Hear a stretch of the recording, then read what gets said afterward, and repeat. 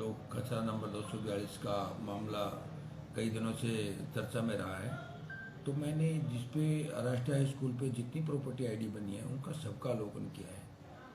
तो इसमें हमारे नगर के जो पालिका अभियंता नरेश कुमार का कहना है कि ये नगर परिषद की ज़मीन है। उनको मैंने 14 पॉइंट का एक पत्र लिखा था, आप लोगों को भी उसको अवगत करवाया था कि यदि नगर परिषद की ज़मीन प्रॉपर्टी आईडियों की जांच पे पहुंचा हूं तो ये पाया कि इस राष्ट्रीय स्कूल में जो भी प्रॉपर्टी आईडी में किसी का नाम का बदलाव किया गया है या फ़ोन नंबर का बदलाव किया गया है, वो केवल नरेश एमई द्वारा ही किया गया है, जो दावा ठोकते हैं हमारा कि नगर परिषद की भूमि है। यदि नगर परिषद की भूमि है, 2/11/2022 में इन्होंने एक ऑब्जेक्शन हटाया है, नाम का चेंज किया है, फ़ोन नंबर ऐड किया है। उसी तरह से मैं दूसरी प्रॉपर्टी आईडी मेरे हाथ में है, एक का नाम चेंज किया है, फ़ोन नंबर अपडेट किया है, वो 31/10/2022 में नरेश एमई द्वारा किया गया है। और भी दस्तावेज जो मेरे पास समरी आई है इसकी, क्योंकि मैंने सारी टोटल इस पे जितनी प्रॉपर्टी आईडी 242 पे बनी हुई है सबका अवलोकन किया है, और कुछ अवलोकन में अभी बाकी हैं क्योंकई साथ में लगती प्रॉपर्टी आईडी हैं। इनमें जो भी चेंज हुई हैं किसी अधिकारी नगर परिषद के द्वारा नहीं की गई, केवल नरेश एमई द्वारा की गई हैं। या फ़ोन नंबर बदलाव किया गया है, या उनकी लैंड में बदलाव किया गया है, एरिया में बदलाव किया गया है, नाम में बदलाव किया गया है, कोई भी बदलाव है तो नरेश पालिका अभियंता। सर ऐसा क्यों हुआ कि पहले फ्रीज की गई फिर डी फ्रीज की गई? विवादित मामला है। देखिए, जहाँ तक फ्रीज और डी फ्रीज की बात है, प्रॉपर्टी आईडी कभी भी फ्रीज नहीं होती। उस पर यदि कोई लिटिगेशन है, हाँ ये मानता हूँ, यदि 242 में कोई लिटिगेशन है, ये कोई मान्य न्यायालय का कोई आदेश है कि जब तक इसकी पूरी सुनवाई नहीं होती, डिसीजन नहीं होता, इसको लिटिगेशन में डाल दिया जाए कि इन प्रॉपर्टी आईडी में कोई बदलाव नहीं है, ऐसा मान्य न्यायालय का कोई आदेश नहीं है। मान्य उपायुक्त महोदय का, मान्य निदेशक महोदय का, मान्य डीएमसी महोदय का, या मान्य एडीएम महोदय जिनके द्वारा इनकी जांच की जा रही है, उनके कार्यालय से भी जितने में मेरे उच्च अधिकारी हैं, ऐसा कोई आदेश मेरे पास प्राप्त नहीं है जिसमें मैं उसको लिटिगेशन में डाल सकूं और उसको डी फ्रीज तो होती नहीं, यानी कि उसमें कमेंट्स करके डाल दूं कि ये इस पे ये कार्रवाई नहीं की जा सकती, इस पे कोई प्रॉपर्टी आईडी में बदलाव नहीं किया जाता। ऐसा कोई नगर परिषद में कोई पत्र या कोई मान्य न्यायालय का आदेश नहीं है। ये सब एक बड़ा सवाल ये भी है कि आप कहते हैं जमीन नगर परिषद की नहीं है, जबकि पालिका अभियंता मानते हैं कि नगर परिषद की जमीन है। पालिका अभियंता कहना है कि मैंने सुना है कि ये नगर परिषद की जमीन है। तो मैंने कहा यदि सुना है तो आप उसका दस्तावेज दें। तो मैंने जो भी दस्तावेज टोटली थे, मैंने सबका अवलोकन पहले भी कहा था, अवलोकन किया है, कहीं भी नगर परिषद की जमीन नहीं निकलती। हाँ, उसमें 242 नंबर में तालाब, कब्रिस्तान, छतरी, ऐसी कुछ मद हैं, वो मैंने पटवारी किया कि जो हैं, मंदिर भी है, कि उन पे तो अपनी जो उनका एरिया क्षेत्रफल डिसाइड करके वो तो नगर परिषद के नाम चढ़ा लें। उसके अलावा मैंने नगर परिषद के पालिका अभियंता जो नरेश कुमार है, जिन्होंने सिर्फ केवल उनके द्वारा ही इन प्रॉपर्टी आईडी में बदलाव किया गया, राष्ट्रीय स्कूल की में नाम भी उनके द्वारा दर्ज किया गया है, मोबाइल नंबर भी उनके द्वारा बदलाव किया गया है।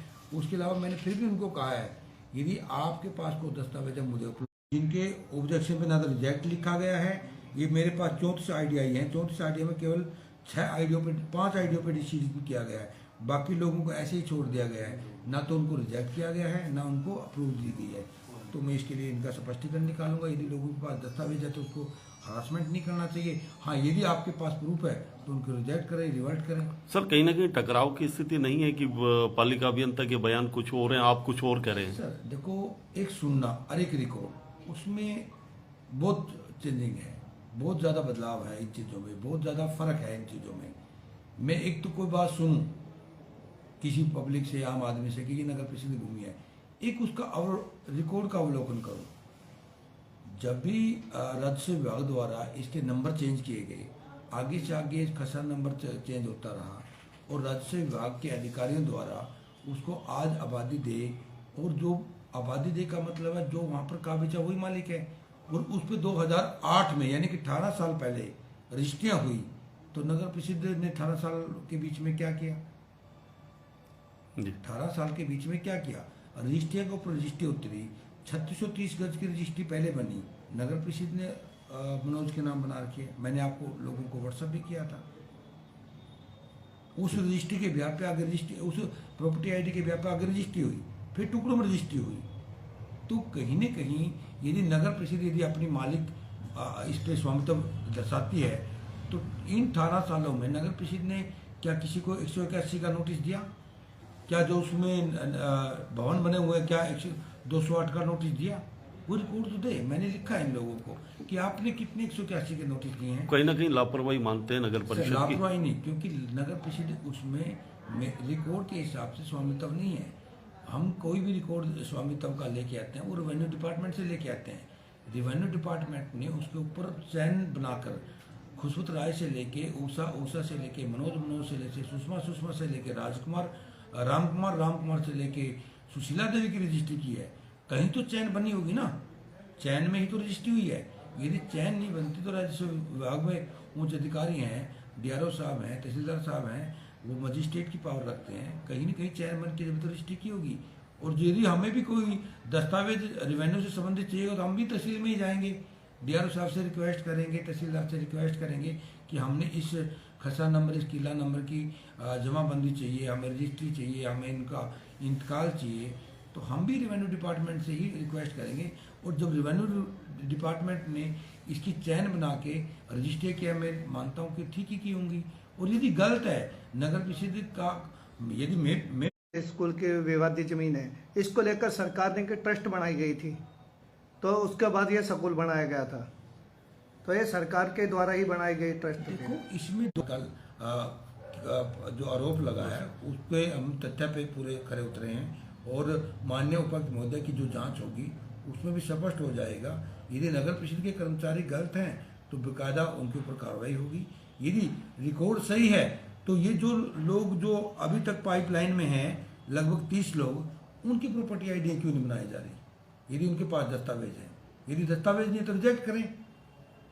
ठीक है। आप क्या मानते हो, नगर परिषद की जमीन है या पार्टी की जमीन? नहीं, अभी देखो ये इंक्वायरी माननीय डीएमसी साहब के पास भी है, माननीय उपमंडल अधिकारी के पास भी है। मैं तो मेरे पास जो दस्तावेज उपलब्ध है उसके आधार पे कह रहा हूँ।